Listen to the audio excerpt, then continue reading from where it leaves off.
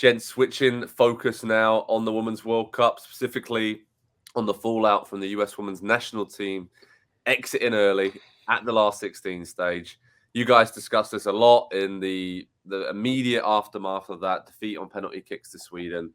What's next? Can we turn this negative into a positive? Can the US use this as a rebuilding process and try and learn from this situation? I mean, Andy, I'll come to you first. Do you think some of the reaction to this exit has been a bit over the top? There's a lot of criticism. Many people, including ourselves, kind of felt like this was coming, right? This cycle, this squad, this team felt like it was kind of coming at this tournament, that the rest of the world would catch up. We already have been saying that for so long.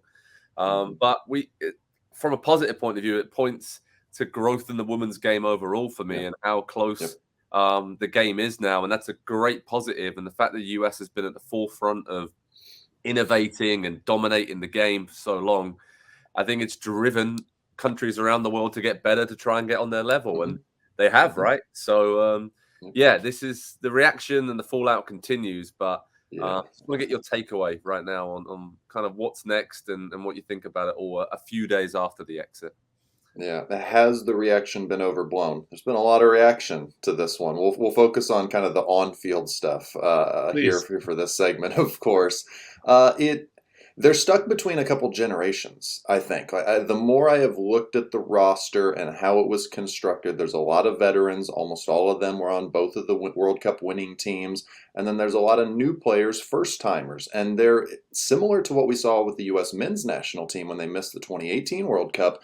There was an entire generation of players that was missing in that. There was a lot of 30 to 32-year-olds, and there was a lot of 19 to 23-year-olds. But those prime age type players who are at the top of their careers, and players that need to be expecting to win right now, not players hoping to win one more, and not a lot of young players hoping to win their first one. Like, there needs to be a bit of a balance in the squad build, and that wasn't there. Injuries were a bit of a part of that going into the tournament, of course, and that hampered this team dramatically going forward, especially, and that's where they struggled, obviously, was to finish scoring chances. You got to feel like Mal Swanson, the form that she was in to start 2023, probably scores 2 or 3 or 4 or 5 of those chances that they had, maybe even just against Sweden alone. And so there, you can write off the performances and being eliminated in the round of 16 and just say, well, it was injuries, but it goes a lot deeper than that. There is some developmental things that I think need to be addressed. It's no longer the most athletic team, the most physically fit team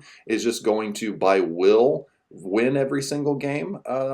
Joe, the rest of the world has caught up, and that's awesome, by the way. That is so good. That's why this tournament has been so good, is because there are now, and we just talked about it in a previous segment, there are 7 teams still remaining in this tournament that any of them winning, you could say, okay, I can see how that happened, and I enjoyed watching that as well. It's no longer U.S. women's national team or bust at the Women's World Cup. Yeah, so true. It's been so much fun to watch the development of the game and the tournament in particular. But when we focus on the US team, Nick, it wasn't fun to watch them for most of this tournament, be it the coaches' decisions, the playing style, some of the star players really showing up. And we talk about some of the stars and the veterans. I mean, we know Megan Rapinoe is retiring. Juliet's basically confirmed that retirement after speaking after the exit to Sweden. Andy mentioned it there, the next generation. Are we looking at Sophia Smith, Trinity Rodman, and then Swanson when she comes back from injury as well? Are they the future of this team? I mean, any other players that you think from this squad that can really stay on and lead, or does it need to be a situation where you pretty much clean house and try new players now for the next few years before now in the next World Cup? So definitely try new players. There's zero question about that. But even Vlatko Andonovski has shown an ability to do that. He brought an uncapped player to the World Cup, and she started the opener in Savannah DeMello. So look, I think we're in a transition place for the country in general when it comes to both men's and women's soccer. And what's really important to me when I look at your question, there are players that I don't want to walk out the door if If Becky Sauerbrunn thinks she has an Olympics in her, she's 38 years old. If Alyssa Nair thinks she has an Olympics in her, if Alex Morgan does and is ready to accept potentially a smaller role, not a guaranteed starter role. Yeah, I wanted Crystal Dunn. Maybe she becomes that midfielder we wanted because we figure out a left back.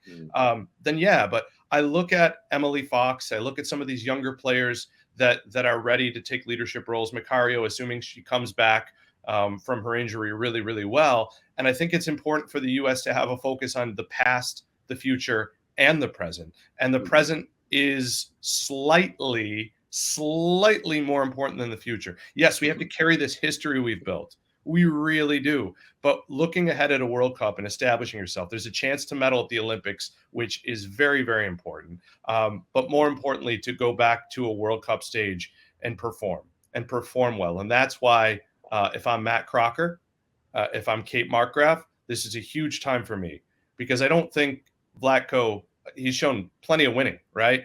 But are we going to let, as we have now with Berhalter and Vlatko, the players choose another coach? And that would tell me that we're living in the same exact world.